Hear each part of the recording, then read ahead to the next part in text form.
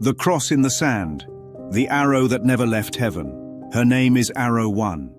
She represents 4.5 years of planning, 1,000 years of mathematics, and all the projected dreams of a world that still believes something is missing. That's where the dream begins, the belief in lack.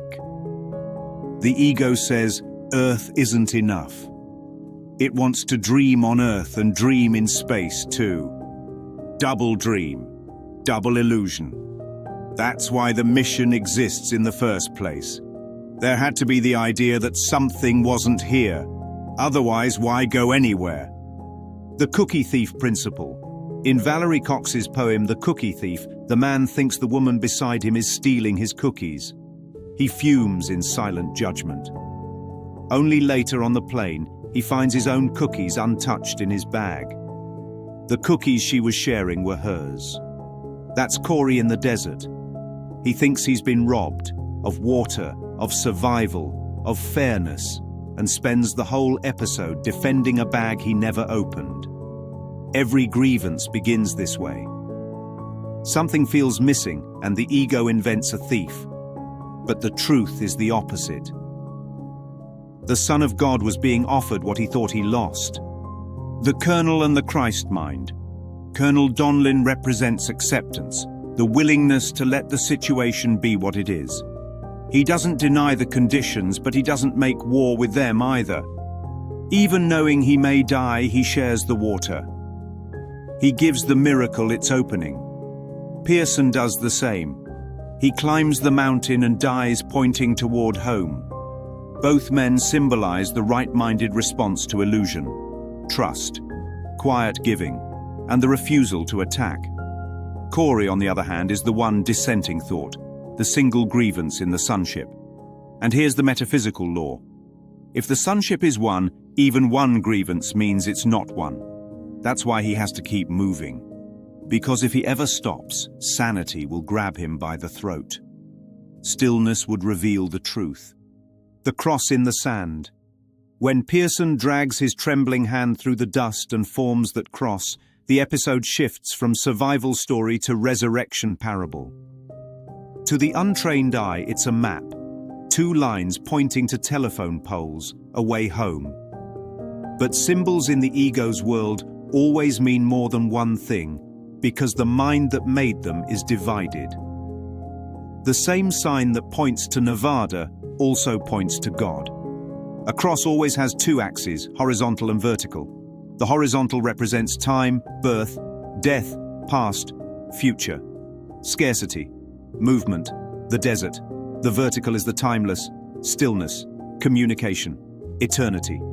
When Pearson draws it, he joins them.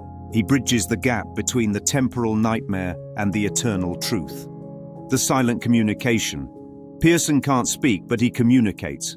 That's what the telephone poles stand for. Connection without words. The cross is the first transmission of sanity back into the mind. It's the Holy Spirit sending a signal through the desert of form, whispering, "You never left home."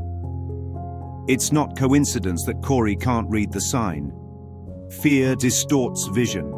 He sees a meaningless scrawl where Pearson saw salvation. That's how the ego looks at every holy symbol, upside down, stripped of light, reinterpreted through survival. Hope in the dust. Pearson's body falls, but the symbol he leaves behind remains. Even before Corey's realization, that cross sits there in the sand as a quiet seed of hope. It's forgiveness drawn in matter, a gesture that says, there is a way home, even if I can't explain it. When Corey finally reaches the mountain and sees the telephone poles, the sign fulfills itself. The cross becomes the poles, and the poles become communication, the call home received, the metaphysical fulfillment. What the ego drew as a cross of death becomes the bridge of life. What Corey took as a clue to a physical place becomes the proof that nothing ever happened. They were on Earth all along. In A Course in Miracles, the cross is redefined this way. The symbol of the resurrection is not the cross, but the empty tomb. But here the cross is the tomb, drawn, buried, and then remembered. Pearson plants it in the sand, and through Corey's grief it rises as realization. The arrow was never shot into space. The communication was never lost. The line that connects heaven and earth was never broken. It was simply misread. The mirage of division. The ego always divides the dream into have and have not, worthy and unworthy, savable and unsavable. Corey believes survival depends on scarcity, and that means someone must lose. The Colonel's refusal to play by those rules threatens Corey's entire worldview.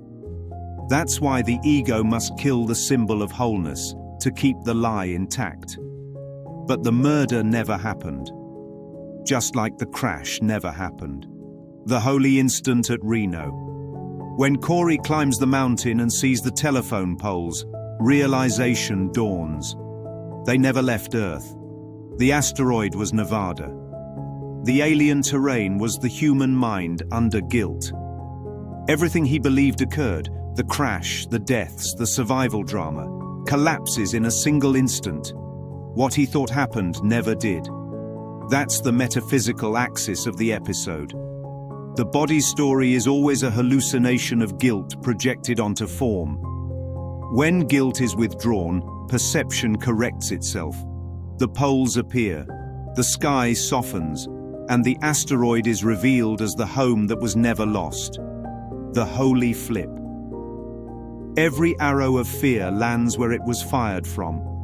The mind that believes it's in space, lost or guilty is only dreaming of motion. The crash, the thirst, the blood, all metaphors for a mind terrified of its own stillness. And yet the correction is breathtakingly simple. It never happened. That's the forgiveness formula of the Course. Not, I forgive you for what you did. But nothing was done. No ship was lost. No man was killed. No world was left. Only an arrow, imagined, fired into the air, that never left the bow. Mr. Corey, last survivor of a ship that never sailed beyond the stars. A traveler who thought he'd left his world behind, only to find himself stranded in the landscape of his own mind. He wandered a desert made of guilt, climbed mountains made of fear, and called them real. But there are no asteroids that close to home, and no distances that wide in heaven. The cross in the sand was never a map to Reno. It was a message. That communication had never been broken. And when the arrow landed, it landed where it began, in the heart that dreamed of separation. For in the end, Mr. Corey didn't die in the desert. He simply remembered there never was one. He has just awakened from a mirage called guilt, and into a truth that never moved an inch. Submitted for your remembrance, not your fear, from the silent communication line that connects every son back to his father, also known as the Twilight Zone.